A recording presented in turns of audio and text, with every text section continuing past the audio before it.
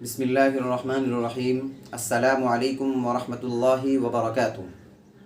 ईद उल फ़ितर की नमाज़ साल में एक मरतबा अदा की जाती है और इसका तरीक़ा तमाम नमाज़ों से मुख्तलिफ़ है, जिसमें लोग अक्सर गलती कर बैठते हैं। गलती इसलिए होती है क्योंकि इसमें 6 ज़ायद तकबीरें होती है और लोगों को इसका इल्म नहीं होता है और इन तकबीरों को किस अंदाज़ से और किस तरीक़े से अदा करनी है, इसलिए लोग गलती कर बैठते हैं। मैं समझता हूँ कि 60 से 70% लोग इसमें गलती कर बैठते हैं। बसा औक़ात नमाज भी नहीं होती है, क्योंकि लोग नमाज की हालत में अपने से आगे वाले अपने से आगे वाले जो सफ़ लगी हुई है, सफ़ में खड़े हैं, उनको लोग फॉलो करते हैं, उनको देखते हैं कि वो किस तरह हाथ उठा रहे हैं, हाथ को उठाने के बाद बांध रहे हैं या छोड़ रहे हैं, यानी ख़ुद नमाज नहीं पढ़ रहे हैं बल्कि उसको देखा देखी नमाज़ पढ़ रहे हैं। तो आप नमाज कहाँ पढ़ रहे हैं? हालांकि क़याम की हालत में जब आप हों तो आपकी निगाह सजदे की जानिब हो, सजदे की जगह पर हो, लेकिन आप एक दूसरे को देख रहे हैं, दाएं और बाएं देख रहे हैं। क़याम फ़र्ज़ है और आपने कहा रुख मेरा काबा शरीफ की तरफ, लेकिन आपका रुख कभी इधर होता है, कभी बाईं तरफ होता है, क्योंकि आप कभी इधर लोगों को देखते हैं, कभी इधर आप लोगों को देखते हैं कि भाई कैसे बांध रहा है। तो आपकी नमाज कहाँ हुई? इसलिए आइए मैं आपको आसान और प्रैक्टिकल अंदाज में ईद उल फ़ित्र की नमाज का तरीक़ा बताता हूँ। सबसे पहले आप नियत करेंगे। नियत असलन दिल के इरादे का नाम है। यानी अगर आपने सिर्फ 2 रकात आपने नियत की, ईद उल फ़ित्र की 2 रकात वाजिब, सिर्फ आपने नियत की, ज़बान से नहीं कहा, फिर भी आपकी नमाज हो जाएगी। लेकिन अगर आप ज़बान से कहना चाहते हैं तो आप इस तरह कहेंगे, मैं नियत करता हूँ 2 रकात नमाज वाजिब ईद उल फ़ित्र की 6 ज़ायद तकबीरों के साथ, वास्ते अल्लाह ताला के, रुख मेरा काबा शरीफ की तरफ, पीछे इस इमाम के अल्लाहु अकबर। ठीक,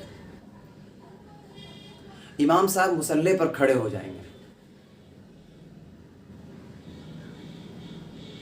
आपको भी मुसल्ले में खड़े होना है, सफ़ बनानी है। सफ़ बनाने के बाद इमाम साहब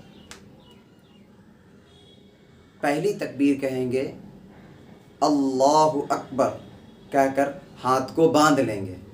आपको भी अल्लाहु अकबर कहकर हाथ को बांधना है।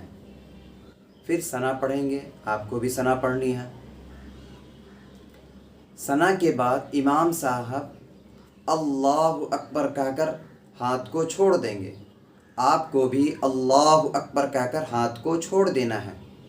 फिर दूसरी तकबीर में इमाम साहब अल्लाहु अकबर कहेंगे, हाथ को छोड़ देंगे। आपको भी अल्लाहु अकबर कहकर हाथ को छोड़ देना है। फिर तीसरी तकबीर में इमाम साहब अल्लाहु अकबर कहकर हाथ को बांध लेंगे। तीसरी तकबीर में आपको भी अल्लाहु अकबर कहकर हाथ को बांध लेना है। फिर इमाम साहब क़िरात करेंगे, सूरह फातिहा पढ़ेंगे और कोई सूरत मिलाएंगे। उसके बाद इमाम साहब रुकू में जाएंगे, आपको भी रुकू में जानी है। रुकू की तस्बीह पढ़नी है, सुबहान रब्बियल अज़ीम, सुबहान रब्बियल अज़ीम, सुबहान रब्बियल अज़ीम, ये 3 मरतबा पढ़नी। फिर रुकू से सीधे खड़े होंगे, फिर सजदा में जाएंगे, सजदा की तस्बीह पढ़नी है, फिर बैठना है, फिर दूसरे सजदे में जाना है, दूसरे सजदे की तस्बीह पढ़नी है 3 बार। उसके बाद सीधा खड़ा हो जाना। ये आपकी 1 रकात मुकम्मल हो गई। सीधे खड़े होने के बाद आपको हाथ छोड़ना नहीं है, बल्कि हाथ को बांध लेना है। इमाम साहब फिर क़िरात करेंगे, सूरह फातिहा। इमाम साहब फिर क़िरात करेंगे, सूरह फातिहा और कोई सूरत पढ़ेंगे। उसके बाद इमाम साहब अल्लाहु अकबर कहेंगे और अपने हाथ को छोड़ देंगे। आपको भी अल्लाहु अकबर कहकर अपने हाथ को छोड़ देना है। फिर दूसरी तकबीर में इमाम साहब अल्लाहु अकबर कहेंगे, हाथ को छोड़ देंगे। आपको भी अल्लाहु अकबर कहकर हाथ को छोड़ देना है। پھر تیسری تکبیر میں امام صاحب اللہ اکبر کہہ کر ہاتھ کو چھوڑ دیں گے، آپ کو بھی اللہ اکبر کہہ کر ہاتھ کو چھوڑ دینا ہے۔ اب پھر چوتھی تکبیر میں لوگ عام طور پر کنفیوز ہو جاتے ہیں۔ امام صاحب کیونکہ چوتھی تکبیر یہ رکوع کے لیے ہوتی ہے، چوتھی تکبیر میں آپ کو ہاتھ اٹھائے بغیر، یعنی ہاتھ کو اٹھانا نہیں بلکہ ہاتھ کو نیچے کیے ہوئے آپ کو چوتھی تکبیر میں رکوع کے اندر جانا ہے۔ لیکن لوگ کنفیوز رہتے ہیں، جیسے امام صاحب رکوع میں جاتے ہیں لوگ سمجھتے ہیں اللہ اکبر کہے پھر سے ہاتھ اٹھا دیتے، تو آپ کو ایسا نہیں کرنا ہے، بلکہ رکوع میں جانا ہے، رکوع کی تسبیح کہنی ہے، رکوع سے اٹھنا ہے، پھر اس کے بعد سجدے میں جانا ہے، سجدے کی تسبیح ہوگی، ایک سجدہ ہوگا، دوسرے سجدے کرنا ہے، پھر دوسرے سجدے کی تسبیح پڑھنی ہے 3 بار، پھر اس کے بعد بیٹھیں گے، تشہد پڑھیں گے، درود شریف پڑھیں گے، امام صاحب دائیں طرف سلام پھیریں گے، پھر آپ کو دائیں طرف سلام پھیرنی ہے، پھر امام صاحب بائیں طرف سلام پھیریں گے، آپ کو بائیں طرف سلام پھیرنی ہے۔ ایسا نہیں کہ امام صاحب سے پہلے آپ سلام پھیر دیں، تو یہ آپ کی نماز مکمل ہو گئی۔ ایک بات میں اس کے اندر یہ کہنا چاہتا ہوں، نماز تو آپ کی مکمل ہو گئی، لیکن خطبہ، یہ عیدین کا جو خطبہ ہوتا ہے یہ بھی سنت ہے، اس کا سننا۔ تو آپ سے یہی ہے کہ جس طرح آپ نماز کے اندر کسی سے بات نہیں کرتے ہیں، اپنی توجہ بالکل نماز میں لگاتے ہیں، اسی طرح آپ خطبے کے اندر نہ کسی سے بات کریں گے، نہ کسی کی طرف توجہ دیں، بلکہ امام صاحب جب خطبہ دیں گے آپ کو خطبہ بھی سننا ہے۔ پھر خطبہ کے بعد جب خطبہ ختم ہو پھر آپ لوگ اپنے گھر جا سکتے ہیں۔